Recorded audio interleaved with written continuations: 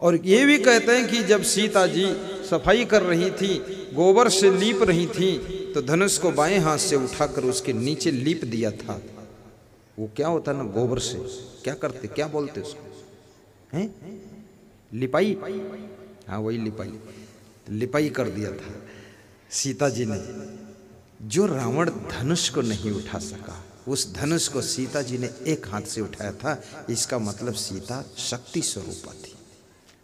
फिर मजे की बात यह है, ये शक्ति स्वरूपा सीता जिसने धनुष को एक हाथ से उठाकर नीचे लिपाई कर दिया, और रावण उस धनुष को उठा नहीं पाया, हिला नहीं पाया। फिर रावण ऐसी शक्ति स्वरूपा सीता को पंचवटी से उठाकर कैसे ले गया? क्या बात गजब की है, बहुत गहरा तर्क है। उत्तर भी मैं ही दूंगा, संदेह में नहीं डालूंगा। कैसे उठा ले गया रावण? तुम्हारी शक्ति, तुम्हारा प्रभाव, तुम्हारी महिमा, तुम्हारा गौरव, तुम्हारी शान तब तक तुम्हारे पास रहती है जब तक तुम संयम, नियम, मर्यादा की रेखा के अंदर रहते हो। सीता जी जब तक लक्ष्मण रेखा के अंदर थी, रावण छू नहीं सकता था उनको, अंदर पांव नहीं रख सकता था। पांव बढ़ाता था आग में जल जाता था, हाथ बढ़ाता था हाथ आग में जल जाता था। लेकिन महारानी सीता शक्ति स्वरूपा मां जब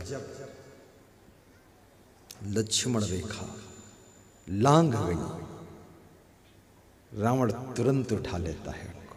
याद रखना, ये मन रूपी रावण है और शांति रूपी सीता है। जब तुम मर्यादाओं को लांघ जाते हो, नियम संयम को लांघ जाते हो, तोड़ देते हो नियम संयम को, तब ये मन रूपी रावण तुम्हारी शांति रूपी सीता का हरण कर लेता है। इसलिए कृपया मर्यादा में रहा करो। रावण भिक्षा लेने आया है, सीता जी त्रेता युग में, द्वापर युग में साधु संत की बहुत महिमा थी। नकली साधुओं ने कलयुग में साधु संत की महिमा को गिरा दिया है, बहुत ग्राफ गिरा। और तुलसीदास ने मानस में सब समझाया है कि जब रावण नकली साधु बन करके सीता का हरण करता है, जब त्रेता युग में नकली साधु लोग बन जाते थे, तो कलयुग में नकली साधु क्या नहीं है? हैं? क्यों नहीं पहचानते हो? सीता जी नहीं पहचान सकी, इसलिए वो नकली साधु बन करके रावण उसको उठा ले गया। कम से कम सीता जी की कहानी आज हमको, तुमको, सबको समझा रही है कि नकली और असली साधु को पहचानो, नहीं तो इस कलयुग में भी कोई सीता को उठा ले जाएगा। बात खत्म हो। समझाने में कसर नहीं है, सब समझा दिया गया। समझो तब तो। साधु का नियम क्या है?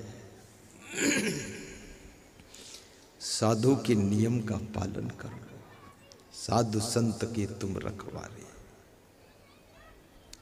असुर निकंदन राम दुलारे। साधु का लंगोट पक्का होना चाहिए, नंबर 1 बात है। नंबर 2, साधु महात्मा को सब पे कृपा करना चाहिए, लेकिन माताओं बहनों से थोड़ा दूरी बना करके रहना चाहिए, मर्यादा से रहना चाहिए। एक ही हाल में मत सोइए उनके साथ साधु बाबा। अभी जैसे मैं रह रहा हूँ भोजराम जी की का मकान में, भोजराम वहाँ सोते हैं, परिवार दूसरे मकान में थोड़े दिन सो जाएगा 2 रात, ये मर्यादा है। और उसी में घुसड़पंच बनाऊँ तो मर्यादा टूट गई। वहाँ नहीं, अरे जहाँ गुरु जी रह रहे हैं सब बिल्कुल नियम संयम मर्यादा का पालन। साधु किसी को देख कर भी संदेह ना हो ऐसा कार्य करो। दारू तुम नहीं पीते हो, लेकिन दारू की दुकान पर तुम खड़े क्यों हो? और खड़े हो इसका मतलब पीते हो, और नहीं पीते हो तो इसका मतलब पीना चाहते हो। और नहीं वहां पीना चाहते हो तो खरीदना चाहते हो, और खरीद कर आड़ में पीना चाहते हो, आखिर वहां खड़े क्यों हो? जरूरत क्या, वहां गए क्यों तुम? ये सवाल खड़ा हो गया।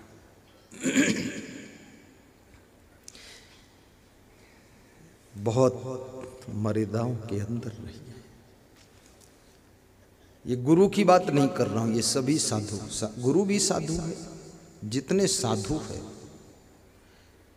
और माताओं बहनों के उनको हाथ से छुओ मत। वे आपके चरण छू ले ठीक है, लेकिन आप मत छू।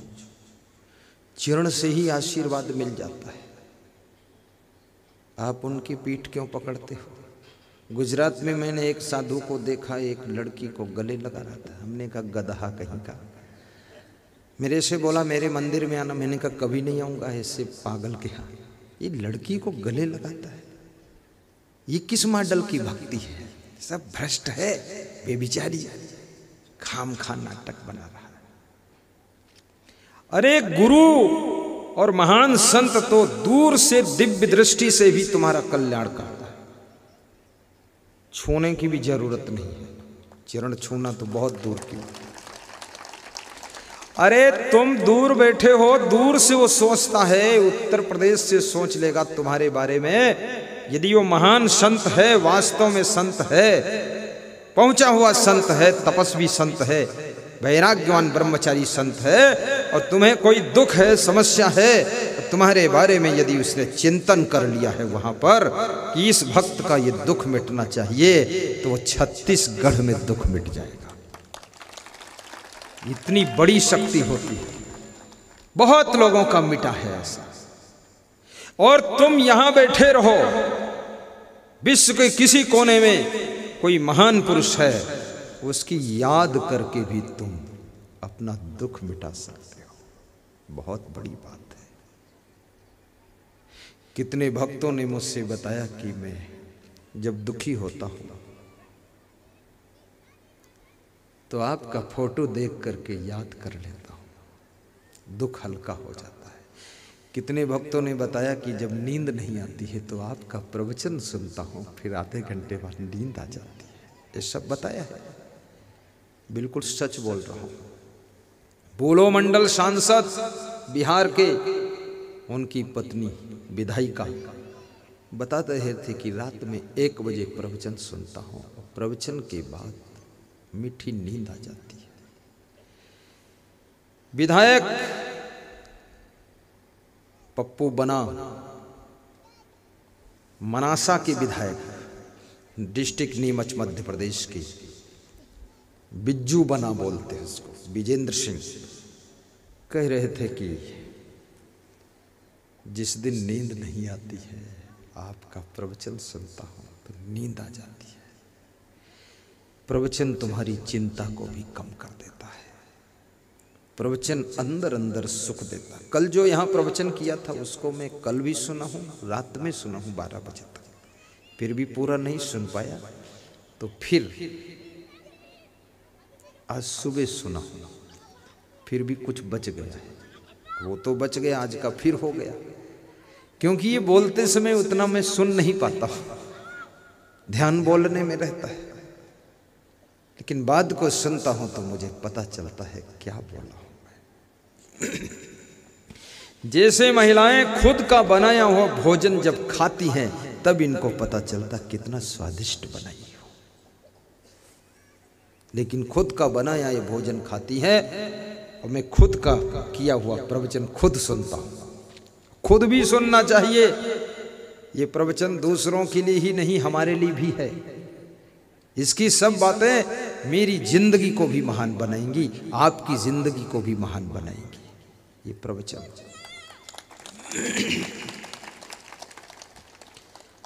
तो मैं बता रहा था, राजा द्रुपद के यज्ञ में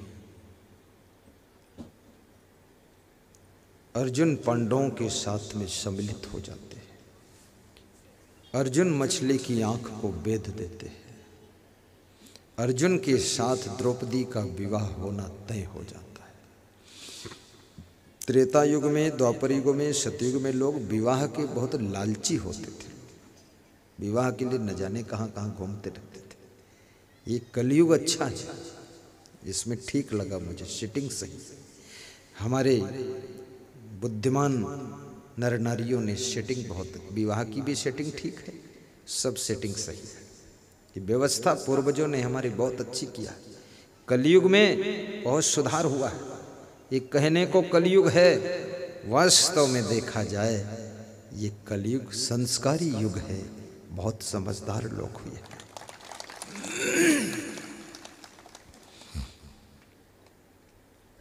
साहिब बंदगी बोलो, साहिब बंदगी बोलो।